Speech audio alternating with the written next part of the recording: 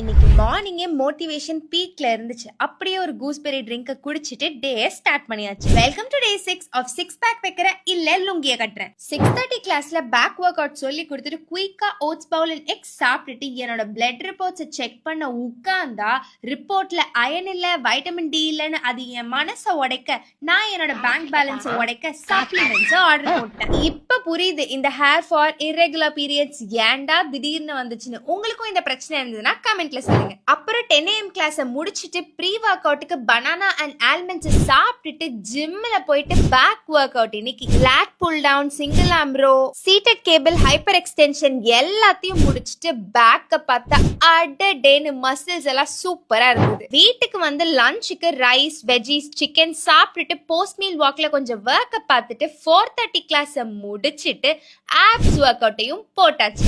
அப்புறம் high protein டின்னரை சாப்பிட்டு டேயை சூப்பரா முடிச்சாச்சு.